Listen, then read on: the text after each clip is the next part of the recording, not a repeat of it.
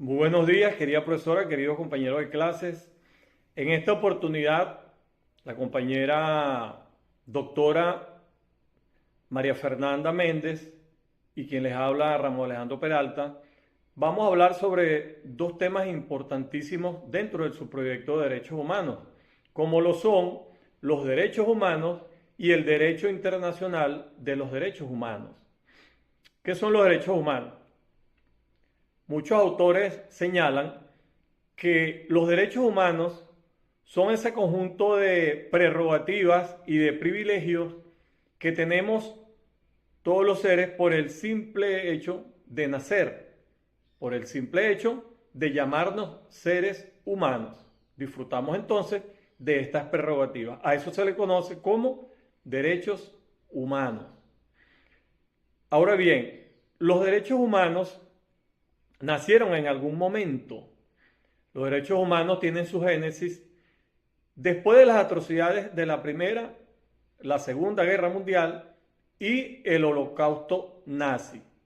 Específicamente entonces después de la Segunda Guerra Mundial, donde murieron aproximadamente, donde perdieron la vida más de 80 millones de seres humanos, y después del Holocausto nazi, donde fueron acribilladas, fueron asesinadas, torturadas más de 6 millones de judíos.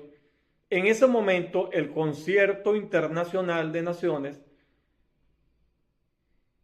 se pusieron de acuerdo y dijeron, bueno, ya basta, hay que poner un límite a ese margen de los estados de las naciones de seguir cometiendo asesinatos y violando los derechos humanos. A partir de ese momento nace lo que se conoce como los derechos humanos. Es cuando se funda entonces en el año 1945 la Organización de las Naciones Unidas, conocida como ONU, y su carta fundacional, la carta fundamental, la carta fundacional de las Naciones Unidas, que obliga a todos los estados firmantes, a la mayoría de los estados de las naciones a nivel global, a cumplir una serie de prerrogativas y mandatos establecidos en esa carta en defensa de los derechos humanos recién nacidos. Esta génesis, por supuesto, trajo consigo una serie de características que son inherentes a los derechos humanos. Los derechos humanos, por su parte, entonces son universales. ¿Por qué son universales? Porque los derechos humanos nos atañen a todos por igual, sin distinción de nacionalidad, sin distinción de raza, de sexo, de religión, de idioma, de condición política, entre otras características. Igualmente, los derechos humanos son inalienables. Nadie puede tomar los derechos humanos de otra persona y venderlos, alquilarlos, quitárselos. Son inalienables. Igualmente, son indivisibles y son interdependientes. ¿Qué quiere decir esto? Que no se pueden fragmentar. Igualmente, el avance de un derecho, como por ejemplo el derecho a la educación, facilita el avance a otros derechos como son la salud, como son el trabajo y viceversa. Y finalmente tenemos que los derechos humanos son progresivos. Una vez que se avanza en materia de derechos humanos o en materia de alguno de los derechos humanos, no se puede retroceder y el Estado debe garantizar esta progresividad. De esta manera, finalizamos pues este breve resumen sobre los derechos humanos, su génesis y sus características. A continuación lo dejo con la autora María Fernanda Méndez, quien les va a hablar del derecho internacional de los derechos humanos. Muchas gracias.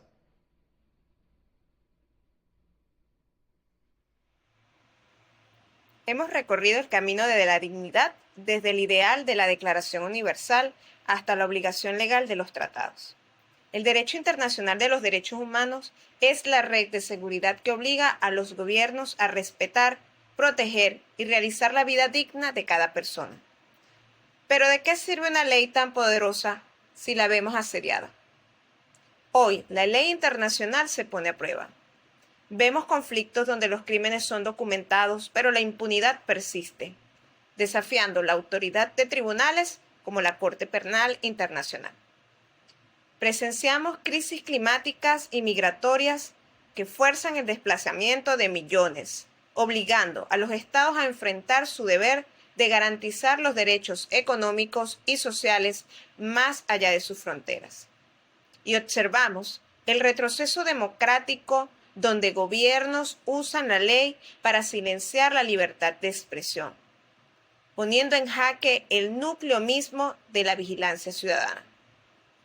Lo que esperamos de los gobiernos no es caridad, es cumplimiento. Que honren los pactos que firmaron, que armonicen sus leyes nacionales con el derecho internacional y que cooperen con los mecanismos de justicia. El sistema no funcionará si los estados no se comprometen a rendir cuentas. Pero el sistema tampoco funciona sin nosotros. Lo que se espera de la sociedad actual es activismo, que conozcamos esas leyes, que apoyemos a las organizaciones de defensa y que ejerzamos ese derecho ciudadano de la denuncia de infracciones cuando la justicia local no responde. Ahora bien, el derecho internacional de los derechos humanos nos dio esa herramienta. Nos dio la ley para decir, tu dignidad es una obligación global. Y esto nos lleva a la pregunta final. Si sabemos que la ley internacional existe y que la dignidad humana es universal, ¿cuál es el precio que estamos dispuestos a pagar como ciudadanos y como gobiernos para que esa ley sea más fuerte que la crisis, la impunidad y la frontera? Por lo tanto, queda abierto este foro para poder compartir sus reflexiones acerca del tema. Muchísimas gracias.